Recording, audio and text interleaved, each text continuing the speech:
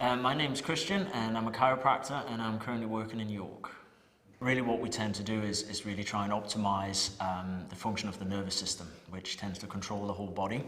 And typically what we tend to treat would be things like aches and pains or neck pain, back pain, pretty much any type of joint pain.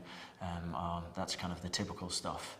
We can often treat and work with people who have no aches and pains, but basically just want to stay injury free. So a lot of chiropractors can tend to work with sports teams and athletes and so forth to try and just get them to perform to their best ability.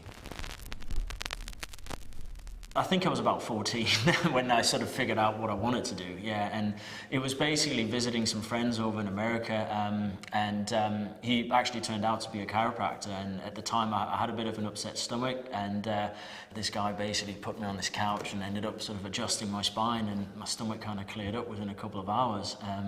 And round about that time I'd been thinking about, sort of maybe going into medicine. I always knew I wanted to do something in the medical field, but medicine didn't really quite sit quite right with me. I kind of thought there was a bit more to just waiting for things to go wrong and then try and fix them. I kind of wanted to maybe look at the body as a bigger picture, if you like, to really try and get to the cause of problems rather than just fixing the symptoms.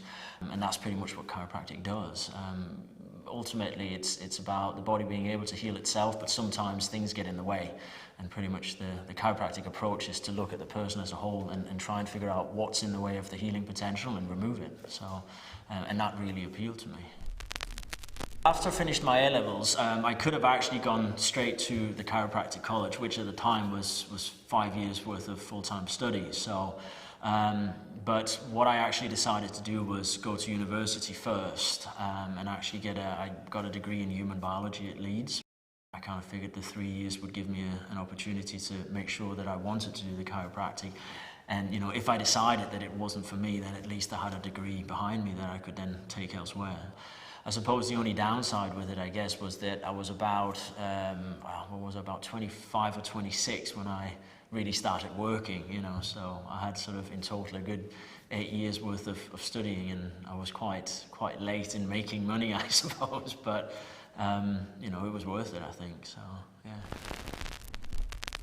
I've learned an awful lot from working with a lot of different types of people from all walks of life, and I keep getting amazed really how when you meet an individual, sometimes I suppose you do tend to form a sort of preconceived idea about someone, but when you actually get to know them a little bit down the line, people can surprise you quite a lot, and most of the time in a good way. The way I like to work, and I found myself working, is you have to deal with the clinical side of things, of course. You have to address why people are in your office in the first place. But on the other side as well, the more you get to know someone and the more you work with them, I think the more they come to trust you. And at that point, you can end up having quite a good laugh with people. And I always try and take it down that route as best as I can, because it's a lot more fun for me as well.